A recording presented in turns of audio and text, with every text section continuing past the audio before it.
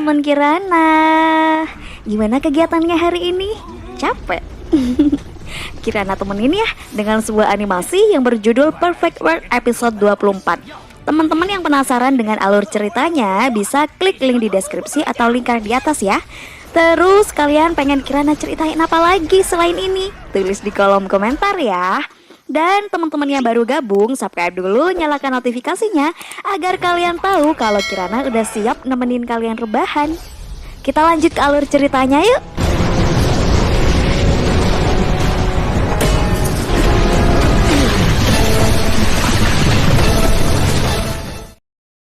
Di awal scene episode 24 ini, kita diperlihatkan Shihao tengah berada di Gunung Wogu, tepatnya di area Gunung Pohon Raksasa.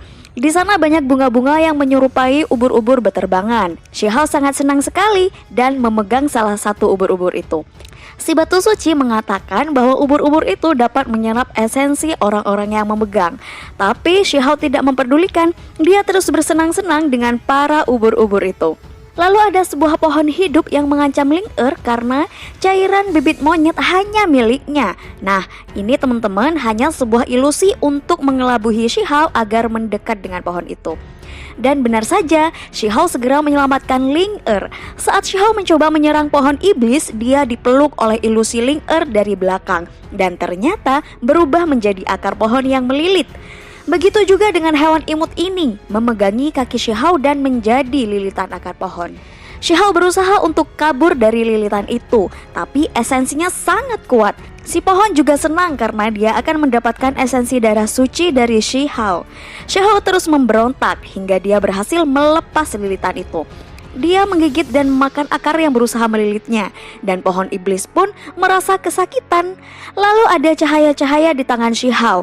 Kata si batu suci, cahaya itu adalah benih iblis. Apabila tidak segera dikeluarkan, cahaya itu dapat menyerap kesadaran seseorang, bahkan seorang dewa sekalipun. Shihao akhirnya mengeluarkan cahaya itu dengan bantuan pedang gurugui. Setelah itu, Shihao mencium aroma wangi makanan. Dia menyusuri ke arah aroma itu berasal. Ternyata, aroma tersebut dari sirup buah persik dengan cairan bibit monyet. Shihao pun segera memasukkannya ke dalam kantong ajaib yang dia miliki. Lalu terdengar suara Ling-Er berteriak untuk segera pergi. Shihao ingin menolongnya, tapi melihat hewan-hewan yang lari tak beraturan, Shihao pun ikut lari beserta pohon iblis yang sebelumnya menyerang Shihao. Tiba-tiba ada kekuatan yang menarik Shihao, dan ternyata ia terlempar ke permadani milik Ling-Er yang akan mendekat ke pintu Gunung Baiduan bersama kawan-kawan yang lain. Saat mereka asik ngobrolin permadani dewa, ada tongkat raksasa jatuh dari langit dan tertancap ke tanah. Jatuhnya tongkat tersebut disusul oleh Raja Dewa Monyet penjaga Gunung Wogu. Dia melihat sekeliling area itu. Semua di permadani dilarang bergerak dan Ling-Er menutup mulut Shihao agar keberadaan mereka tidak terdeteksi oleh Raja Monyet. Wukong tersebut ngamuk karena ada yang berani mencuri bunga, buah, dan obat suci gunungnya. Ling-Er memberitahu pada Shihao kalau monyet itu adalah penguasa Gunung Wogu, salah satu binatang paling mengerikan di Gunung Baiduan. Hingga pantas saja binatang-binatang pada berlarian. Shihao yang diberitahu merasa kesakitan. Ternyata tangannya digenggam keras oleh Ling-Er. Wukong terus mengamuk disemangati oleh kawanannya. Lalu datang naga tua Lao Jiao menyerang Wukong. Naga tua tersebut datang untuk membalas dendam pada Wukong atas kejadian tahun lalu katanya. Wukong juga mengira naga tua bekerja sama dengan orang luar. Naga tua menjawab bahwa jika bisa membunuh Wukong, bagaimana tidak? Kemudian datang Shi bersama kupu-kupu tunggangannya beserta hewan-hewan lain. Mereka meminta untuk menyerahkan obat suci persik agar Wukong tidak berakhir mengenaskan. Wukong hanya tertawa terbahak dan meminta mereka menyerangnya. Scene berpindah pada Shihao dan teman-temannya sudah kekenyangan dan mengantuk. Mereka semua memakan sebuah persik milik Wukong hasil curian Shihao. Lalu telur yang juga dicuri Shihao waktu itu akan menetas. Dan benar saja, telur itu menetas dengan burung tanpa bulu. Setelah itu dia langsung makan dan bilang kalau dia adalah dewa dari alam tertinggi. Katanya dia sudah berkultivasi dengan baik, tapi Shihao malah membawanya ke tempat ini. Ganggu aja.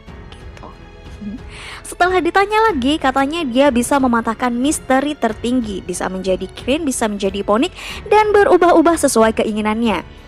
Karena banyak bacot, dia dipatok dong sama Dahong. Shihao pikir dia sebangsa Dahong. Ia pun memberinya nama Ertuzi. Ih, najis katanya. Dia bilang kalau dirinya adalah master satu-satunya yang mendominasi langit dan bumi. Udahlah ya, mereka selalu berdebat gak jelas itu. Tiba-tiba Shihao merasa sesak. Dia pergi meninggalkan teman-temannya dan bilang ingin buang air. Ternyata Shihao akan berkultivasi kembali ke ranah surgawi 9 sehingga cahaya kultivasinya menjunjung tinggi langit. Cahaya itu membuat orang-orang yang bertempur sadar bahwa ada sesuatu yang tidak beres di gunung sebelah. Wukong pun memerintahkan Jenderal Monyet untuk memeriksa keadaan gunung sebelah. Sementara dia terus bertarung melawan Shi dan kawan-kawan. Di gunung sebelah mereka memeriksa dan mendapati cairan bibit monyet menghilang. Mereka pun segera mencari. Sedangkan Shihao yang berkultivasi merasa sulit menembus jalan surgawi 9. Dia terus berusaha sekuat tenaga dan pikiran melakukan itu hingga muncul rune sejati di atas kepalanya. Para Wukong menemukan Shihao yang tengah berkultivasi. Mereka sudah mengira bahwa Shihao yang telah mencuri cairan monyet untuk melakukan terobosan. Tanpa pikir panjang, para Wukong langsung menyerang Shihao. Shihao juga langsung menyadari serangan itu. Dia segera membalas dan tetap berkultivasi. Dada Shihao sepertinya makin terasa sesak. Untungnya ada master penyegel milik Ling yang datang membantu.